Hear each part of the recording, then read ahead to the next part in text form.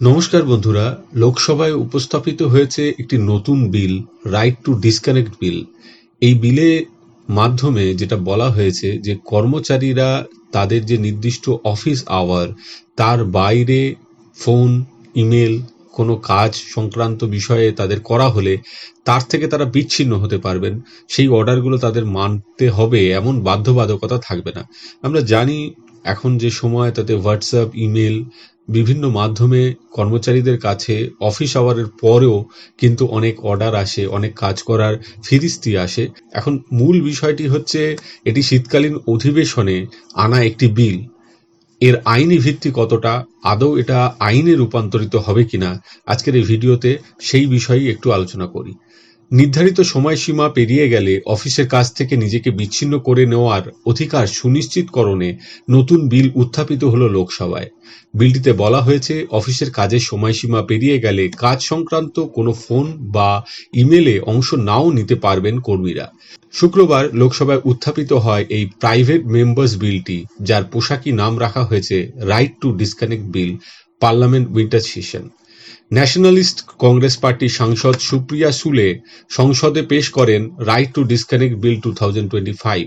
অফিসের কাজের সময়সীমা পেরিয়ে যাওয়ার পর ছুটিতে থাকাকালীন যাতে কর্মীদের অফিসের কাজ সংক্রান্ত বিষয়ে যুক্ত না হতে হয় তার জন্য কর্মী কল্যাণ বিভাগের সূচনা হওয়া উচিত বলেও প্রস্তাব দিয়েছেন সুপ্রিয়া।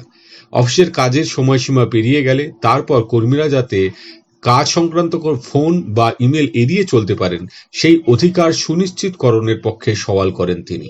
কিন্তু আদৌ এই যে প্রাইভেট বিল, এটা কি আইনে রূপান্তরিত হবে? এর ভিত্তি কতটুকু সম্ভাবনা রয়েছে? Right to Disconnect Bill 2025 is a private members' bill, a bill introduced by a member of parliament other than a minister. On the other hand, a bill introduced by a union minister is called a government bill.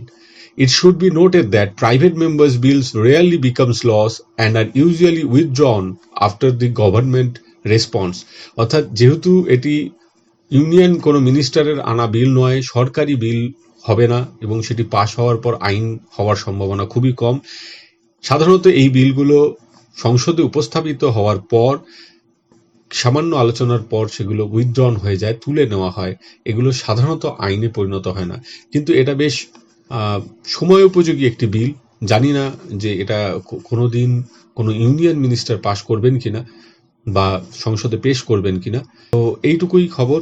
আপাতত যে খবরটা সামনে আসছে যে সময়ের বাইরে, কাজের সময়ের বাইরে, অফিস আওয়ারের বাইরে ফোন, ইমেল ধরতে হবে না, যে বিলটা এসছে সেটা কিন্তু আইনে পরিণত হওয়ার সম্ভাবনা খুবই কম। আজকে এই পর্যন্ত। সকলে ভালো থাকবেন, সুস্থ থাকবেন। ধন্যবাদ।